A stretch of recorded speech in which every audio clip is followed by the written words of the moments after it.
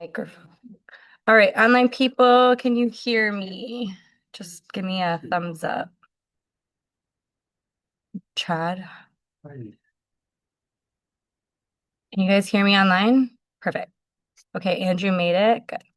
All right, guys, we are going to get started. We're really excited. You can come in my camera. Yeah. We have a special guest, Andrew. He's a lawyer from, well, the virtual world, I guess, but Everywhere. Toronto, everywhere. We're going to do a really fun presentation today on all the mistakes that you guys make. And we're going to walk through a lot of common mistakes. I think both resale, pre-construction, and a bunch of stuff, and title insurance, and really just what happens behind the scenes with the lawyers. I think a lot of us, unless you've bought a house or haven't bought a house in a while, sometimes you kind of forget what actually happens when you guys pass the deal off to the deal admin.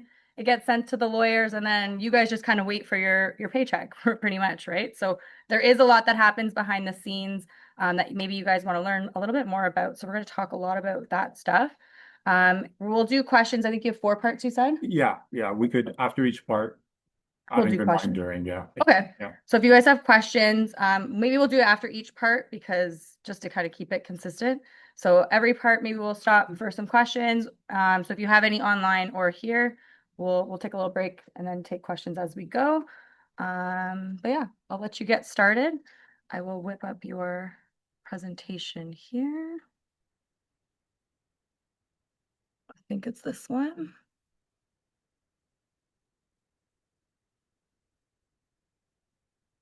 Do I need to change the slides or is that? Yeah, so you'll just kind of click, but I can sit right here if Okay. you need some Yeah. help with it. Yeah. Okay, we can see it up there. We can see it at home. Okay, I'll stay here. Okay, thank you guys for having me. I've been Halteh, yes. Yes, Do you know him? yeah. Boy, we got a brother. There we go. Oh, it's Thank you. Christina. That's my cousin. Emily. That's my, yeah. All right. Any relationship to William? William, that's my dad. Oh, Yeah. All right, let's pause this and hold on. I think I found a cousin or something. We'll talk. We'll talk. Thank you. Very quickly about me, I've been practicing real estate for 10 years. About 5 years ago, I opened up my own firm. Right now, it's just me and a clerk, so it's pretty boutique what we do. We pride ourselves in giving a lot of personal attention.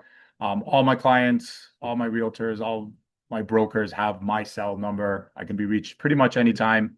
I wake up at 4:45 every day, so if you need me in the morning, that's the best time to catch me. I put together a little presentation. I kind of broke it up into 4 parts. I think we'll probably spend most time on the first part where we're going to talk about the agreement of purchase and sale and common mistakes that I see once the agreement makes it to my desk. Quickly going to talk about pre-construction agreements. They're overwhelming. They're 50 pages long and they're drafted by the seller. So we know how tough they can get.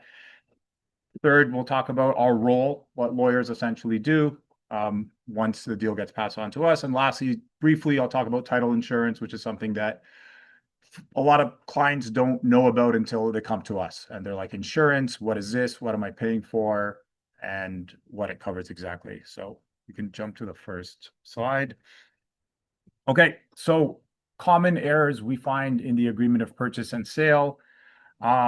I made a list of about 10 to 12 of them. We'll kind of work through them. The first one being like incorrect or wrong names. There are times where somebody gets married and they put a maiden name in the agreement and it doesn't match title. That's not always a big deal. We can always have a declaration signed or an amendment later, but putting somebody's nickname, putting initials, the land registry office does not allow us to register initials. So that's something that we would have to just remove or change. And we always advise to put the full name. If somebody has a middle name, put that in. It helps distinguish them from other people. Should there ever be some sort of dispute or a discrepancy in the name.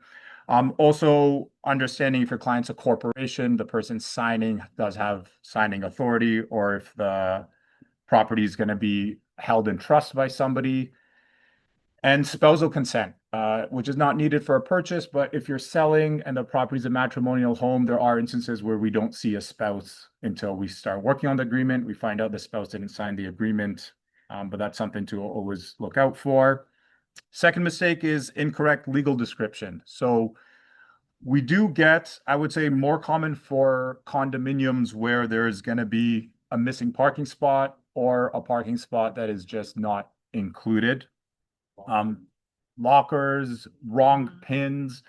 One that came across my desk not too long ago is some people don't realize that properties sometimes have two pins. And we're a couple days away from closing, we only to discover that my client who has a house in Markham has two pins, and one pin was never transferred from the previous transfer.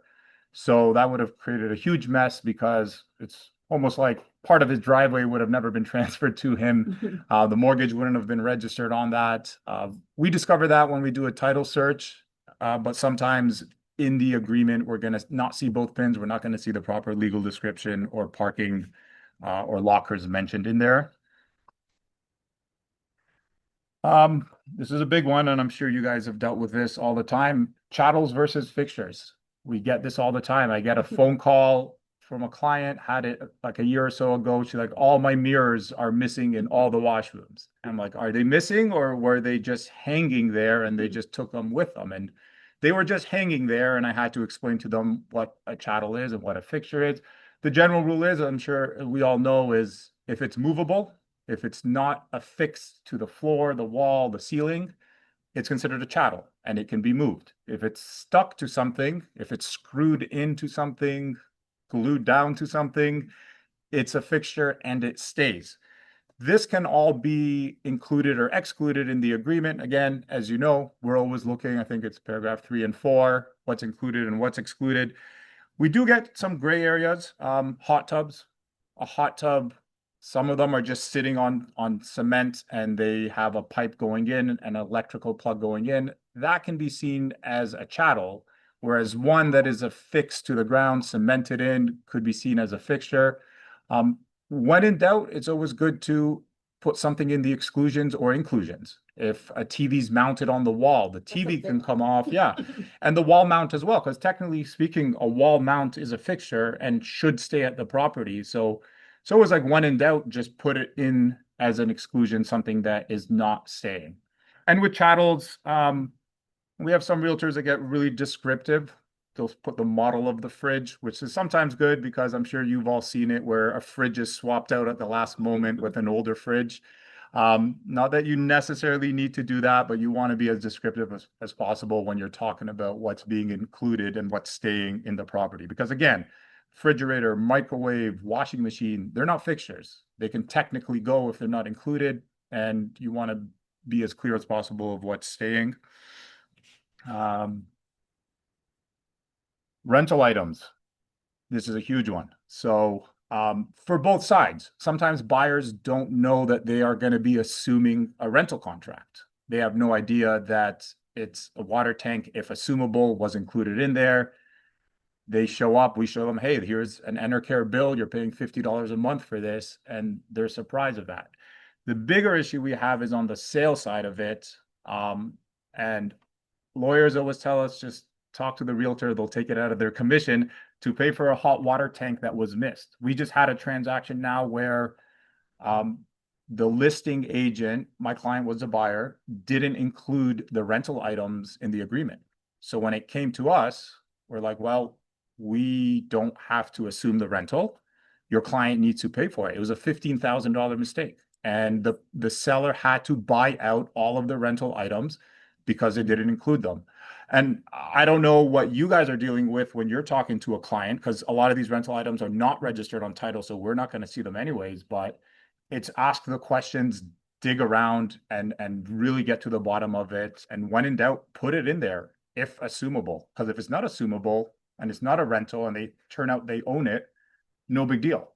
But if they don't own it and you didn't put it in there, somebody has to pay for it, and the sellers are not going to be happy if they find out they have to buy out some of their equipment. This one could be an entire presentation about pretty much moving to the Schedule A where we see warranties or conditions. I would say the biggest issue we see is when something is drafted and it doesn't have like a what if in it. To give you an example, seller will repair the hole in the kitchen wall. before closing. We've seen stuff like that. Now, here we are the day before closing, you're doing your final walkthrough, the hole in the wall is still there. We get the call from the realtor, from the client, we need you to hold back $500. I can't hold back $500 if it's not in the agreement. So always include something. What if it's not fixed? So seller to repair the hole in the wall before closing. If not fixed, then there's going to be a $500 abatement, a $500 holdback. Make it clear as what will happen if they don't do what they contracted to do. Because the problem is we still have to close when we're representing a purchaser. We cannot hold up a transaction for a hole in the wall, a leaky toilet. We are still under an obligation to close. Otherwise, we're in breach now. We have to send the money. And I hate saying this to my clients. And as you guys know, the only real solution is to sue them in small claims court after the fact. And who's really going to spend their time doing that for something so minor, something so small? Like I had a client, she must have called me 5 times about a leaky toilet that wasn't working, and she only discovered it after closing. I was this close to go to Home Depot, buy a toilet, and install it myself because I sat there sending countless emails to counsel, and it's not. And I don't want to tell my clients like I can't do anything about this, when in reality I really can't do anything about it other than install a toilet myself. So things like that, issues that we know about, it's always good to have in the agreement. In the event that this doesn't happen, what are we going to do? So I had one recently with rental items that had to be paid out. And if we were not given proof on closing that the rental items were paid out, I was to hold back $15,000 and even went a step further for 30 days. And if they still weren't paid out in 30 days, I was going to release that $15,000 to my purchasing client. So that's it. So we lit a flame under the seller's butt. Even on the day of closing, we're about to close, and I told the other lawyer, I'm sending you all the money minus 15,000 because you haven't provided us proof. He said, give me an hour, came back, showed us everything was paid for. We were able to close and send them the full amount of money. So that's something we see a lot. Again, in the Schedule A, there's conditions, there's things that are going to be done, but there's never a what if it's not completed on the day of closing. Is that good for amendments then too, like on inspections and stuff? Absolutely, yeah. Yeah, a lot of times we see before you satisfy a condition, they're like, well, we're going to do an amendment because we found these issues, and they just list the issues that need to be fixed. Yeah. Talk about what happens if those issues are not fixed. Another mistake is closing dates. This is a quick one. Don't put it on a holiday. Banking holidays as well. Friday closings. Everyone loves Friday closings. I get it because your clients can move over the weekend. The problem with a Friday closing, if the deal doesn't close on Friday, mortgage funds come in late, something happens, our clients are homeless for the weekend. Whereas any other day, we can just push it till the next day and close. Some selling clients hate Friday closings because we're paying off mortgages on Friday, and a lot of mortgages, if they're not paid off by 2-3 o'clock, we have to add interest until Monday. I get yelled at for that because they have to pay an extra $100 or so. But I get it. I've closed my own condo on a Friday because I want to move on the weekend. But if we could avoid Friday closings, it's probably better. You'll be providing your home address? My home address? Just Yeah. in case. Yes. You have something on I got an extra bedroom you have to share with my little son, though, but we can squeeze you in. Another mistake we see, this is not so common, just HST. When does HST apply?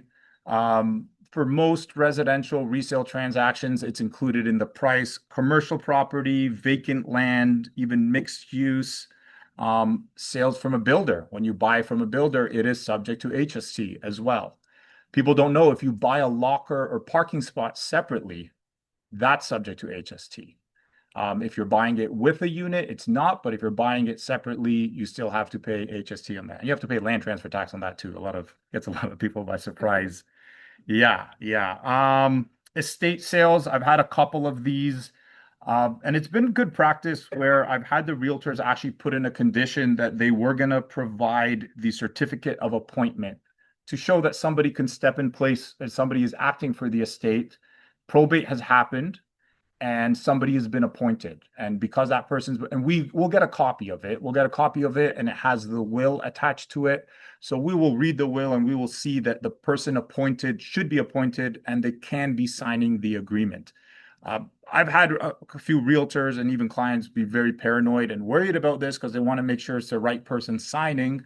And I've seen it put in as a condition, which is not a bad thing, that they will provide us with a certificate of appointment within 5 days after the agreement's been signed. Power of sale, not really a mistake, but it's more about understanding what a power of sale is. We've done a few of these recently, really driving home the point that you're taking a big risk with a power of sale. You're buying a property as is. The normal warranties that you would get from a regular seller don't apply. The last power of sale we did, it was RBC that was selling the house, and they're not going to give you any warranties. Nothing is going to be in good or even working order. You might find liens that are registered on the property that may not be removed. We're obviously going to do a title search, but anything registered before the mortgage will remain on the property after the power of sale. Anything registered after the mortgage, subsequent mortgages, subsequent liens will get wiped off. But then there are things that are not registered on title. I had a client who bought a property in Hamilton, and we warned them that they're subject to the vacant home tax the same way Toronto is.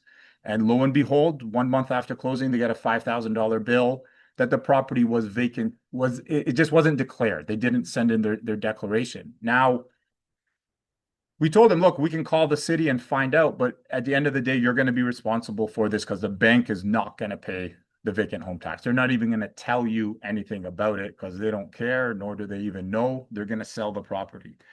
It creates HST issues as well. Not to get too much in the weeds, most residential properties are not subject to HST, but if the property's been used in a commercial setting, so I own a house, I use it exclusively as an Airbnb, I go to sell it, that's subject to HST. How do we know in the power of sale that the previous owners didn't do that? We don't. So in a lot of these agreements, the bank will say it's subject to HST, period. And then they'll say, if it's payable, you have to pay it. But most of the time it's not. But we don't know that. And the client will ask me, how do I know CRA is not going to come knocking on my door in a year saying this property should have been paid, you should have paid HST on it? And the answer is, we can't answer that. We don't know. So that's a big risk. So power of sales, I tell my clients, if you're getting a great deal and you can handle something to come up later. My client bought a property probably 25% less than what the previous owner bought it for 3 years before that. So he felt like he was getting a good deal and he had to pay an extra $5,000 for the vacant home tax. But if you're willing to run that risk, then, you know, that's just something we want them to be aware of when they're buying via power of sale. Yeah. What mistake do you see realtors making on power of sale? Not knowing that. Yeah, it's really just Because many times the realtors don't have control. you're right. You're right. Like I said, this wouldn't be as much as a mistake, but it's more of just an awareness thing, because you're absolutely right. Because a realtor sent me a power of sale and it was very unclear about the property taxes. The language they used wasn't clear. So I said, put this clause in that they're going to be responsible for property taxes up until closing. We sent it back to them and the bank said no. So you're right. It's not, I wouldn't even call it a mistake. It's more about an awareness of understanding, letting your clients know before they even step foot in this property that there's going to be a lot of risks attached to it. And the bank is going to draft the agreement and there's going to be very little leeway to add in any amendments to it. Yeah, but absolutely. So just, have you come across this yet? We have power sales from banks, from chartered banks, but we also have power sales from private lenders. Yeah. Private lenders are saying that they're not responsible for the taxes. Any outstanding taxes are responsible for the buyer. This is something you to remember. So you got to Yeah. be very, very careful. Yeah. Because every time you deal with the banks, it's fine. The banks pay for they'll get clear title. Private lenders will not. Yeah. We had So you're very, very careful. we ordered a tax certificate. There was $17,000 in arrears. The bank paid for it up until closing, but with private lenders, it could be completely different. Private lenders right in the power sale. Very clear Yeah. that the buyer's responsible for any outstanding taxes. Yeah. So we could do it. We're gonna do a title search before you even sign the agreement, because you can get it subject to a mortgage. Like if a mortgage was registered before the private mortgage, let's say, that's not necessarily going to be wiped from title. It may not be. So you could actually take a property subject to a mortgage. So we're going to do the title search. We could order a tax certificate, but then there's a few things that we're not going to be able to even see, even if we looked. This is not really a mistake that I would say that's in the agreement, but if your seller is a non-resident, I've had two of these recently where I was the one breaking the news to my client who has already moved out of the country that there's going to be a holdback. There is either a 25 or 50% holdback of the purchase price if your client does not reside in Canada on the day of closing. 25% if it's a primary residence, 50% if it was like a rental property. So a question that should be asked from the beginning is, are you moving out of Canada before closing? And if they answer yes, then they should be talking to their accountant, and you're working to get a Section 116 clearance certificate, which pretty much would state that the property is not subject to any taxes after closing. Now, should they not obtain that certificate, it is the purchaser's lawyer that actually has an obligation to hold back the funds, because the Income Tax Act will state that the purchaser becomes liable for the taxes for the seller, which is absolutely insane. But I had a client come to me where signed the agreement. We're a month out from closing. My first contact with him, I find out he's living in England, and I tell him, did you talk to an accountant? Have you worked on a clearance certificate? He said no. Now, this raises a huge problem. One, we're holding back 25%, but what if there's not enough equity in the property? What if there's a mortgage that's taking up 80% of the loan to value? We can't close the transaction now because there's just not enough money. So a question we should be asking on the onset is, are you planning to leave Canada? If you are, wait till after closing. Don't do it before. And another thing, not really a mistake in the agreement, first-time home buyers. What is a first-time home buyer? I get clients coming to me all the time. They're telling me they're a first-time home buyer, and I have to break it to them that they're not a first-time home buyer. If you owned a home or interest in a home anywhere in the world, you're not a first-time home buyer. If your parents put you on title to a house back home, wherever back home is, you're not a first-time home buyer. If you have a spouse and the spouse owns a home while you are spouses with that person, married or common law, you're not a first-time home buyer, which is insane. You marry somebody and they have an investment property in Argentina somewhere, you're not a first-time home buyer. Even though they never lived at that property, you've never lived at that property. It has to be a house. So if they own a plot of land, that's a different story. There are certain exceptions. If you become spouses with somebody who owned a home but sold the home before you became spouses, you can claim the entire rebate for you and your spouse as well. But another thing is just, we have clients coming to us saying, oh, I'm a first-time home buyer. I've never bought a home before. And I have to be the one to break the news to them that because their parents put them on title, because they had a spouse who owned property, they're no longer a first-time home buyer. So yeah, feel free to ask, reach out if the clients need to understand what that is to get the proper definition. But yeah, I had to break a lot of hearts, and people had to pay the entire land transfer tax, especially in Toronto when it's double the land transfer tax. A lot of people don't want to hear that. No, as a lawyer, how do you verify? We asked, I've never owned a house, but it turns out like 15, 20 Yeah, years ago, yeah. I had a house, they sold it. Is Yeah. it on a name search or something? Or what? No, all we can do is search your name now in the land registry office to see if you currently own a home. You sign a declaration, a sworn declaration with us, and that's it. Can you lie? Yeah, yeah, they can. And I have clients ask me, like, what happens if I'm not telling the truth? And I'm like, yeah. I just say, look, you can be subject to an audit somehow. It could be later discovered that you did own a home, but I'm taking your word for it. That's it. Yeah. What about the government charge by somebody holds the property out of it. Normally, the buyer's confusion is, even if you tell them, they say, we don't have any property in Toronto, Canada. They might have something back home that we don't want to disclose because we never did that. So, if at all. Don't tell me that. Yeah, don't tell me about. No, because yeah, like the reality is that there's probably no way that will ever be discovered that they own property back home. We can't do title searches outside of here. And I know one case when they sold the property back home. They tried to transfer the funds. For Tulare, they declared that we sold our property. Okay, so that's how they got caught.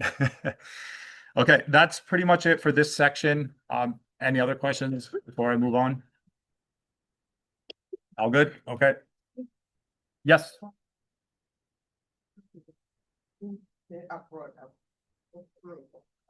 if it's a fractional percentage of the house? How will they calculate that?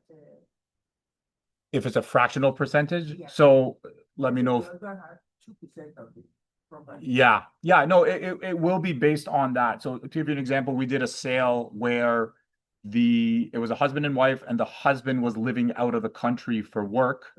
The wife wasn't. She was traveling between. So instead of doing a 25% holdback, it was a 12.5% holdback. So it was proportional to their share. Yeah, that's what it would be. Yeah. Good. Okay. Yes. So situation where we're talking about forfeit, inspections and what ifs, right? So got a situation where guys try to put in there saying that the deposit will be forfeited automatically if the buyer doesn't do something. As a lawyer, can you act on that? I know the both I can't, so I'm just wondering. Yeah, we've done that before. Like we've drafted amendments. So my client is selling the property. The buyer comes to us saying, I need more time. A lot of times what we like to do is get a further deposit. And we've put in the amendment agreement that this deposit will be forfeited should you not close on this date. And I have released deposits to my clients.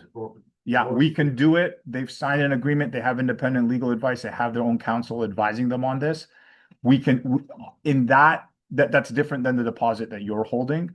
But if we have an amendment signed by them stating that this deposit will be released, we're going to release that deposit. One you're holding? The one that I'm holding, which we don't really hold deposits, but like I said, it in terms of when we give an extension, a lot of times I like to collect a further deposit, have them put more skin in the game. We'll have our extension terms, but we'll also take an additional deposit and let them know that that deposit is going to be forfeited should we not close on the new closing date. Some people try to put that almost on the brokerage. Brokerage won't do it. I'm They won't. I know. I don't even try. The clients tell me, can my brokerage give me the deposit? I'm like, you got to talk to them. A release has to be signed. It doesn't work like that. Yeah. Pre-construction agreements. I hate these. It's not like the OREA agreement, which I don't even really have to read most of the OREA agreement because it's all the same language. I hate them because they're like 50 pages long and they're drafted by the seller or the seller's lawyer, and it's 100% in their favor.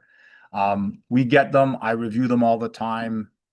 Clients should, if it's a condo, you have the 10-day cooling off period in which you should have a lawyer look at that agreement. A few issues that always come up and that are surprising our clients is occupancy versus closing. People are not quite sure what interim occupancy is. So for a condo, once they are given occupancy permits, the condo can be lived in.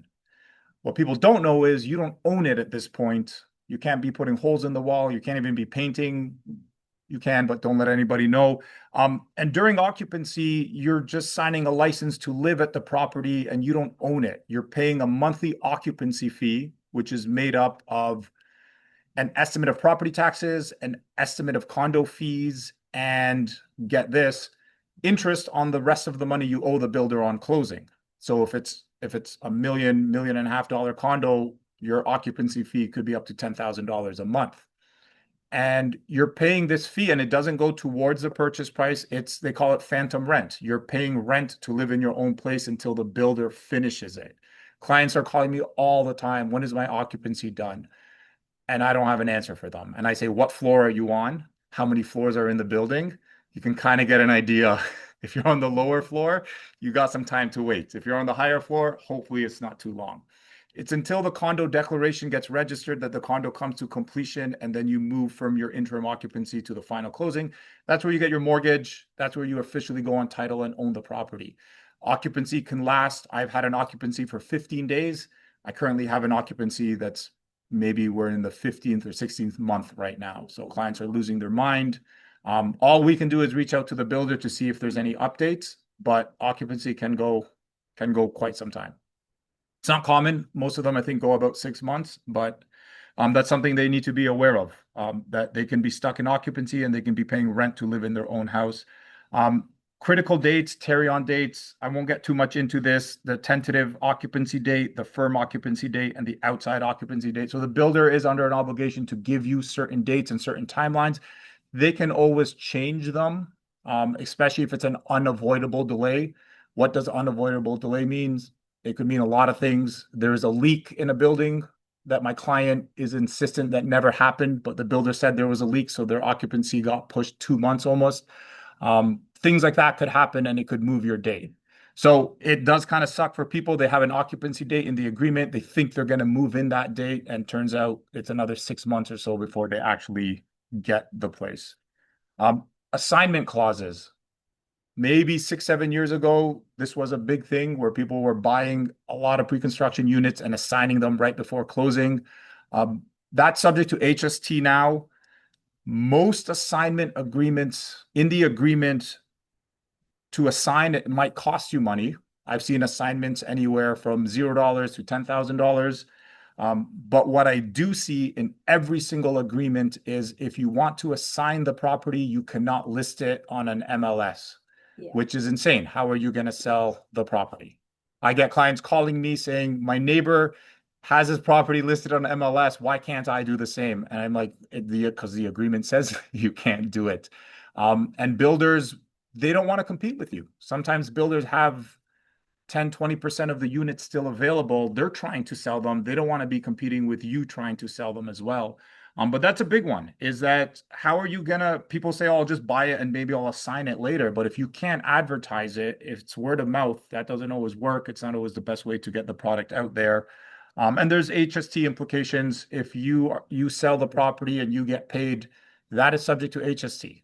So what is that? Just the profit? the profit that you're making. Yeah. Yeah. And that's what I'm saying. This wasn't always the case. I've only been doing this for 10 years, but when I got into real estate, It was hard. it was unbelievably hot. I couldn't believe it. I was like, I'm going to be in business forever.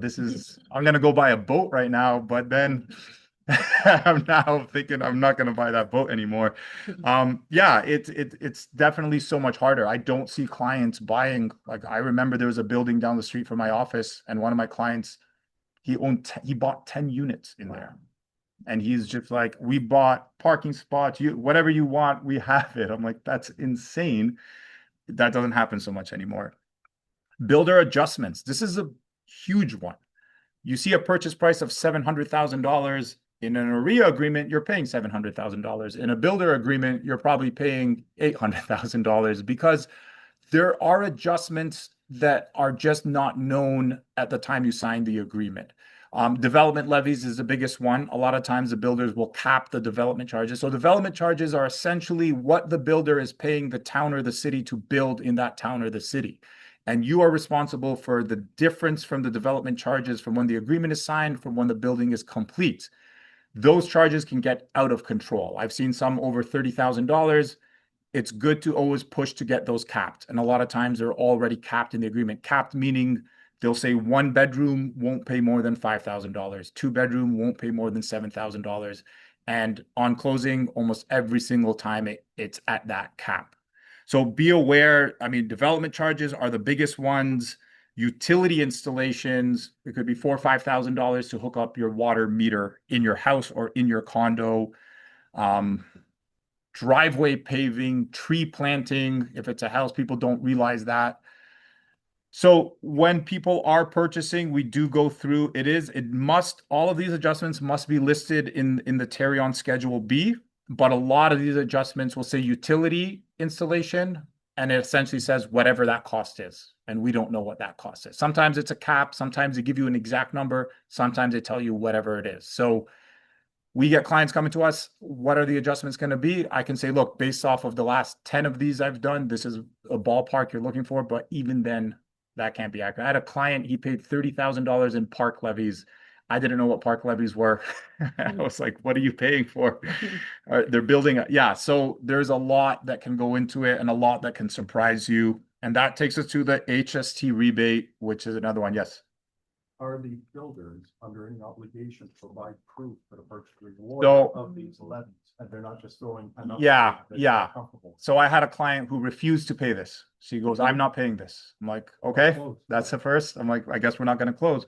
So I went to the builder and I said, I show me proof that the development levies are this. So what the builder did is showed me what they paid in development levies, even had like a copy of the check that they wrote, multiple $1 million check they wrote to the city. And then we compared that with the fractional ownership our client had. So when you buy a condo, you Yeah. own 0.0012% of the entire building. And that's how they calculate your condo fees. And it worked out to the levies that she paid was proportionate to her fractional ownership in the entire condo. So yeah, That one turned out to be an honest builder. if you push, but I think if you push hard enough, they will provide you with it. But are they under an obligation? That's a good question. I'm not too sure. But we asked for it and we got it. So I'm sure if we do ask for it, we will get it.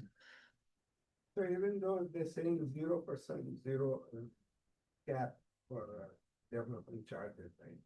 But they can still increase if city, after signing the offer. Yeah, but if in the agreement they're capping it at $0, the builder is going to be responsible for those increases in the development charges, not the client, not in the agreement. But if the agreement is silent to it, then you're going to be responsible for whatever that increase is. Yeah. Very quickly, the last part on this is HST rebates. What people don't know and what gets them by surprise is when you look at the purchase price in the agreement of purchase and sale, it already has the HST rebate in that price. So I see $700,000 purchase price. The real purchase price is probably $725,000. In the agreement you're signing, the client is signing, it states that they are going to live at the property and the property is going to be their primary place of residence. That's how they're entitled to the HST rebate. So client comes to me, we ask them, are you living at the property? They say, no, it's an investment property. We tell the builder it's an investment property. Guess what? The entire HST gets added back onto the price. That rebate that they had gets added back onto the purchase price. So to qualify for the HST rebate, you must be living at the property. It must be your primary place of residence. Now, you can get the rebate as a rental property, but the builder will not give you that rebate. You have to apply for that rebate after closing. You have to show a 1-year lease, and you're pretty much applying to Canada Revenue to get that. So it doesn't mean that rental properties don't get the HST rebate. It just means that the builder won't give it to you and it won't be in the price. And that's a big surprise for a lot of people because they don't realize that that advertised price has a rebate already worked in there. They just Yeah. with the new government, they're doing a 13% rebate. That's a serious money if the guy doesn't move. That's a big one now. Yeah. It's 13%, it's not 24,000. Yeah, because it used to be like I think it was provincially a maximum of 24,000, and I haven't gotten a new agreement yet with the new rebate, but yeah, like you're saving a full 13% now.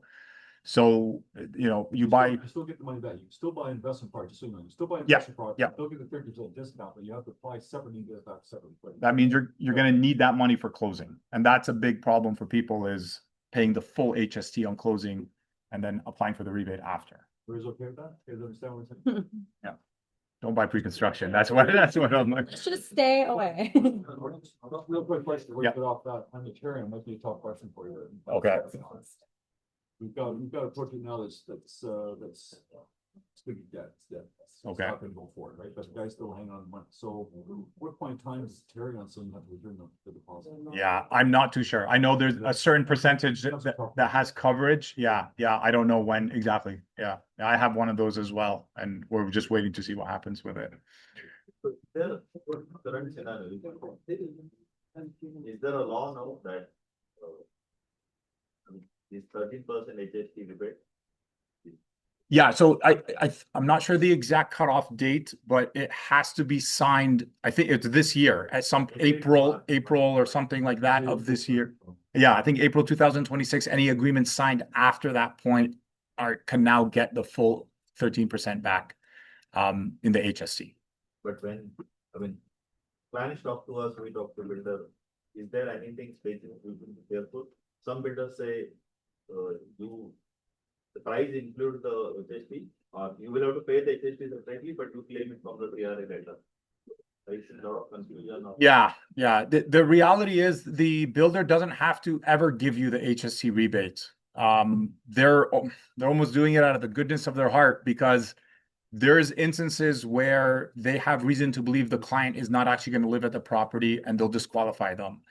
On assignments, once it's assigned to somebody, 9 out of 10 times that person it's assigned to, even if they're living there, is not going to get the HST rebate. The builder's like, I already did the application for the first person. I'm not doing it again for the second person. So, yeah, it's something that's going to be in every single agreement, but it's still at the discretion of the builder should they give you the rebate or not. Yeah. If they have any reason to think you're not going to be occupying the property, they don't want to take that risk. They're going to disqualify you. And I had it happen to my client. Luckily, he already moved his license over during occupancy. So we're like, here's his license, here's his internet bill, here's all of that. He's living at the property. And the builder's like, okay, fine, we'll give you the HST rebate. Okay, that's it. I'm gonna speed through the next two parts. I'll kind of combine them together. We don't have too much time. Our job as lawyers, what do we do? Normally clients come to us and say, I'm here to sign the paperwork, and they think that's all we do. So probably the biggest thing we're doing is a title search of the property. Obviously, we review the agreement of purchase and sale when it comes to us. We point out a few things that we want to make note of, things we want to talk to the client about. We do a title search of the property. We do execution searches against the sellers.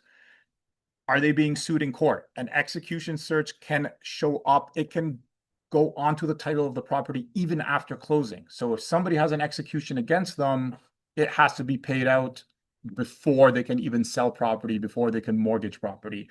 Banks require us to do execution searches on all of our purchasing clients as well. So everybody is searched. Tax searches, work orders, and building permits. So these ones, off-title searches, they're not always done nowadays because of title insurance. They can be done. I'll talk about that when we get to title insurance, but we do sometimes, we are ordering tax certificates, we are doing permit searches, work order searches, but not all the time. And it's kind of a silly reason why we don't do it, but I'll talk to you about that when we get to title insurance. Status certificate review. I love doing these. I don't, but I'll do them in a couple hours. So you need a status certificate reviewed, send it to me. We do it all the time. I hate when I get agreements at condo. I have one right now. Condo agreement, no status certificate review. Like nothing. Wasn't in there. I asked the client, I said, why wasn't this put in there? She's like, it's a new building. It's only a couple years old. What could go wrong? Yeah. At minimum, get the status certificate. I love reviewing it before the offer. So you don't have to put a condition for it. We'll have it reviewed. We'll talk to the client and you can remove that condition because they're going to make up their mind based off of our conversation with them. Easement. So unless we do the title search of the property, we won't see the easements. And even when we do the title search, we may not be able to discern exactly where every easement is placed. But most of the time in residential properties, we will see there is subject to an easement. So an easement grants somebody right or access to a part of your property. That sounds intrusive. Nobody's walking into your door, but Bell, Rogers, they may run cables underneath your property, above your property. There's a big cautionary tale, a big case we always talk about with our clients. Somebody built a swimming pool in their backyard and they built it over an easement, I believe with Rogers or Bell, and they had to get the entire swimming pool removed because they did not have the right to build it there. So we tell clients like, hey, your property says subject to, and there's these easements, Bell, Hydro, whatever the case may be. Be aware of that. If you want to build a deck, a swimming pool, if that's important to you, you might not be able to build it in the spot that you want to build it. Make sure you get the proper permits, make sure you do it correctly because you might have to remove your swimming pool one day. Yeah. Yeah. Sorry. So we, as realtors, we look at the geo warehouse, we see the legal description, see subject to, and number. But we have no access to that data. That number, yeah. How do you access? We can search that instrument. Most of the time, the subject to that would be a transfer, and in that transfer, an easement was placed at that time. But you have, your database has a different database. So you have more detail, or Possibly, I'm not too sure what you guys have. very basic, just Yeah. description. Yeah, look, we can search each individual instrument, but the problem is we might pull out sometimes the instrument doesn't exist anymore and we don't get it. Is that through title? Through TerraView is where we do our searches. Yeah, TerraNet. Yeah. But yeah, exactly. So if they're looking to build or do something before they even buy the property, it's worth doing a title search. It's worth looking out for easements because that could prevent them from wanting to even buy the property. So that's a big one. On closing, the day of closing, we receive the funds from the bank if they're getting a mortgage, sending them to the other side. If we're acting for the sellers, we send our closing package. Thankfully, we don't have to send keys anymore because you guys are so wonderful with your lock boxes. Please don't stop doing that. I don't get it often. Once in a while, I get an old time lawyer who's like, I'm going to mail the keys to your office. I'm like, please don't do that. I don't even go to my office. I don't want the keys in my office. So yeah. No. Yeah, so the closing day, it's a lot of moving parts, but we're essentially waiting for the bank money to come in. And that's kind of the biggest one. Clients ask us all the time, when can I get my keys? I don't know. It's when your mortgage funds come in. We get your mortgage funds with the money we collected from you that's already in our trust account. We wire it. I do everything electronically. I hate going into banks. We wire the money. It's there within 15 minutes. And then I find out the seller's lawyer is on break or away or in a meeting, and I'm just waiting to register. All he has to do is just release the transfer to me, but I can't. So I always tell clients most closings happens around 12 to 1 o'clock. That's granted your mortgage funds come in early that day. If you're meeting with me the day before closing, there's a good chance your mortgage funds are not coming in till later in the day. So we're sometimes waiting. Another thing we hate, land registry office closes at 5 o'clock. We cannot register after 5 o'clock. OREA agreements say the agreements must be completed by 6 o'clock. What happens in that 1 hour, the magic hour where I'm stuck at my desk after 5 o'clock? We can still close. If we send them the money after 5 o'clock and they've released the keys to us, the transaction is closed. Some lawyers like to use the word escrow. That's not escrow. They're like, oh, we'll close in escrow. That's not closing in escrow. We're closed. We just need to notify the land registry office on the next business day. So when a lawyer tries to hold off on releasing the keys to me because I wired him at 5:30, he's wrong and he can be in breach and we'll fight to the death for that. They have the money, the transaction should be closing and we just register the next business day. That's it. What's that? You're willing to take them. I'll do that. Yeah, they're in breach. They are in breach. And I don't know this misconception that these lawyers have. They're just saying like, oh, it's the big word. yeah, well, we're going to close in escrow. I'm like, we're closed. You got the money. We got the keys. Just because we can't register doesn't mean we can't close. I'm getting a call. I'm wondering if it's food. They keep calling. Let me see very quickly. You could, it's fraud. You can talk to them. Hello? Oh, Yeah. being recorded. Hello? There it is. Yeah. Okay. It's 2911. It's 21. That if you are taking the title insurance, you are good. Let's talk about yeah. So what is the? We're going to talk about title insurance and what it covers. So the beauty with title insurance, it came about 25, 30 years ago. I don't know what life is like without it. I haven't been practicing that long, but with title insurance, we are not required to do a survey of the property, for instance, because you move into the property and you find out your neighbor built a shed that is on your property. You only discovered this 5 years after closing because you've now done a survey because you're about to build a deck or a swimming pool. Title insurance will cover you for that, even though you didn't have the survey done at the time. There is an encroachment, there's an issue. If you're suffering a loss because of that, that's something title insurance will cover. It covers you against fraud. There was a case in the news not too long ago where renters sold a house when they were just renting it, made off with the money, they impersonated the homeowners and they left. Now, the purchasers and the bank's money was sent to them and they ran off with it. That's covered by title insurance.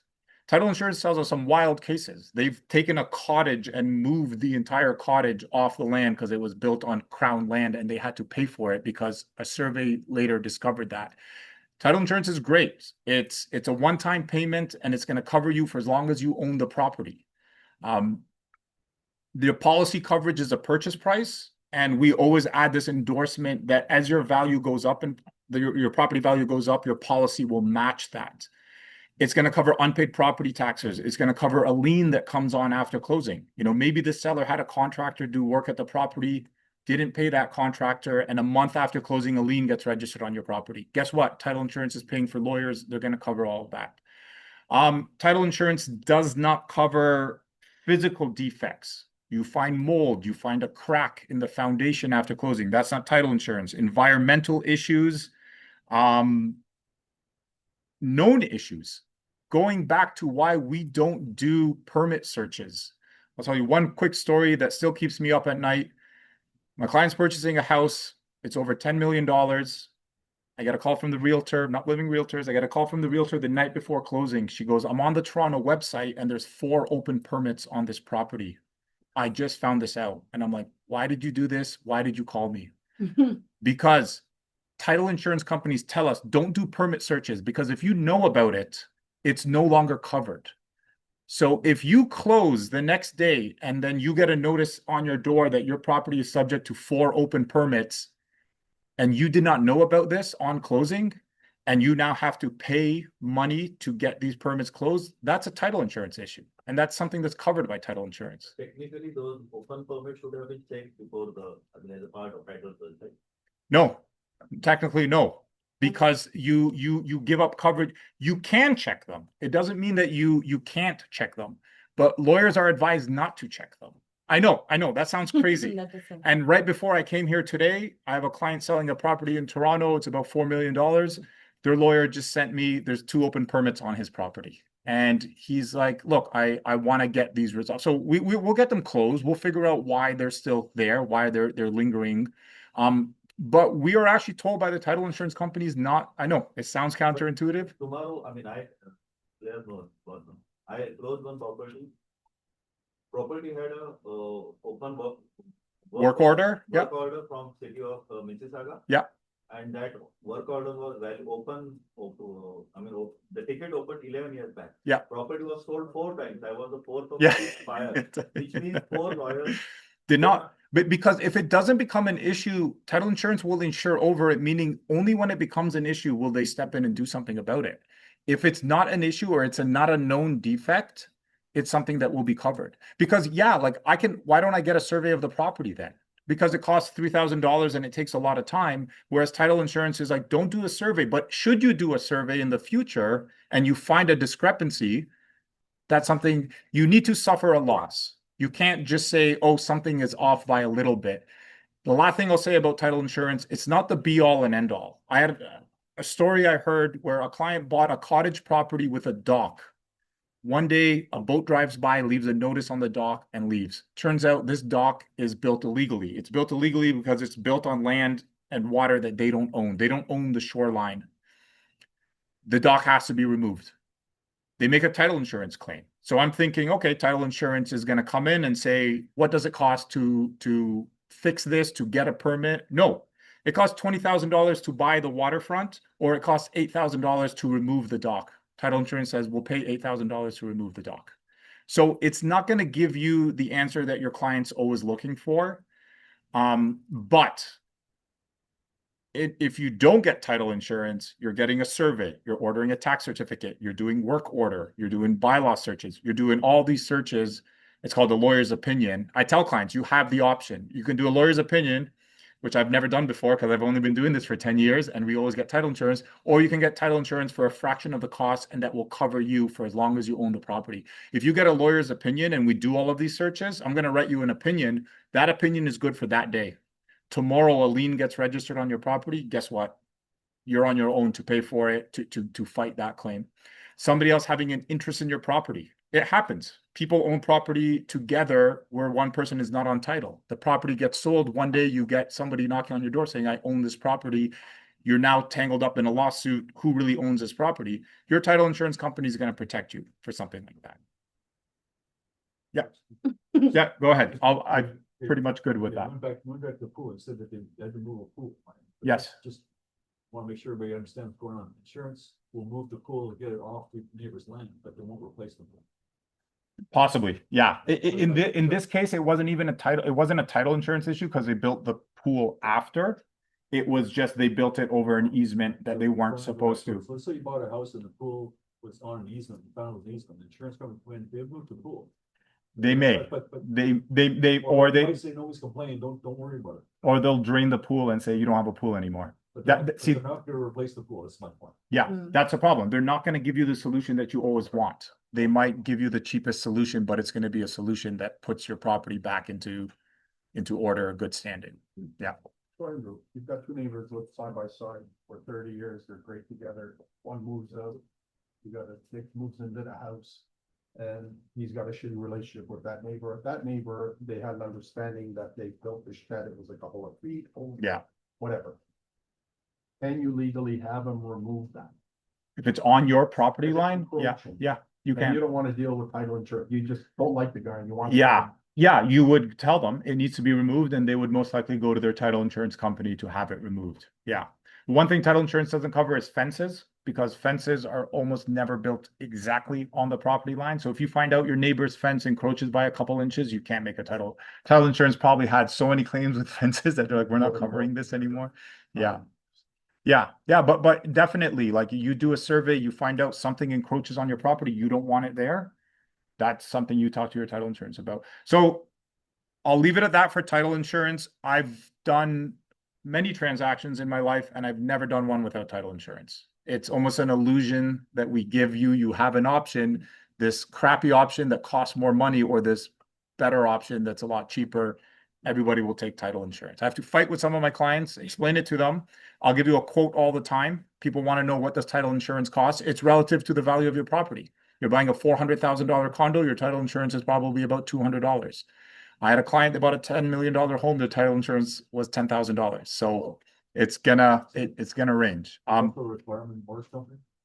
Mortgages all want title. When we buy the purchaser a title insurance policy, we buy the bank one as well. It's only a fraction more that's to add the bank on their own policy.